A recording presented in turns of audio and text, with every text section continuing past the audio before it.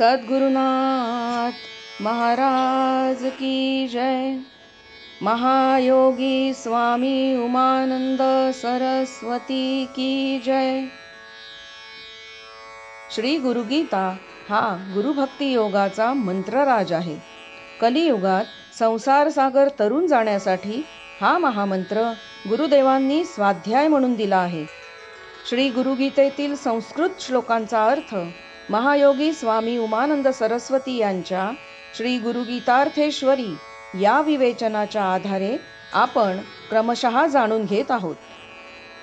आजचा श्लोक आहे 126. सर्वज्ञ पद. सर्वज्ञपदमित्याहु देहि सर्वमयो बुधः सतानंदा सदा शांतो रमते यत्र कुत्रचित. इच्छारहित संतुष्ट चित्त म्हणजेच सर्वज्ञ पद. निरीच्छ स्वस्थ चित्त होणे म्हणजेच देहधारी असूनही सर्वमय बनणे होय.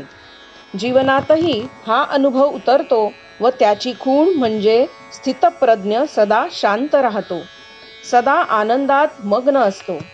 कोठेही कसल्याही परिस्थितीत तो रमतो. सर्वज्ञपद कशाला म्हणतात ते हा श्लोक फार स्पष्टपणे सांगत आहे. सर्वज्ञ पदप्राप्तीची सर्वमय व्याप्तीची लक्षणे म्हणजे देहधारी असूनही साक्षात्कारी पुरुष सदैव आनंदात असतो. बाह्य जगावर त्याचे सुख थोडे देखील अवलंबून नसते. ज्या विहिरीत आतूनच जिवंत झरा 12 महिने झुळूझुळू अखंड वाहत असतो, ती विहीर पाण्यासाठी पावसावर अवलंबून नसते. तद्वत आत्मसंतुष्ट पुरुष अंतरी असलेल्या आनंदाचा धनी होतो. आनंदाचे शिखर शांती. आनंद पूर्णानंद झाला की शांतीची प्राप्ती होणारच.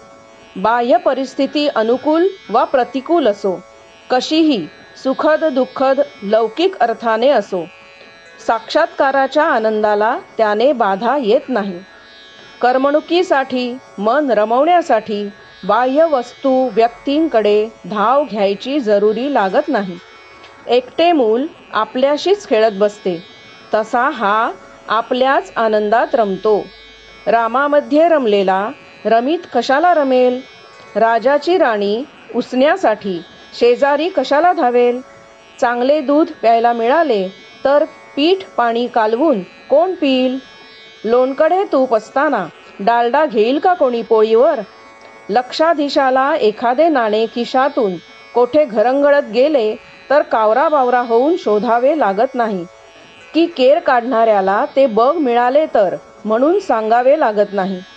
शाश्वत आनंद प्राप्तीची खूण म्हणजे क्षणिक आनंद देणाऱ्या गोष्टींचा कनककांतेचा पाठलाग थांबतो.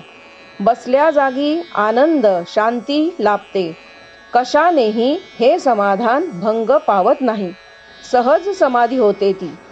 सद्गुरुनाथ महाराज की जय.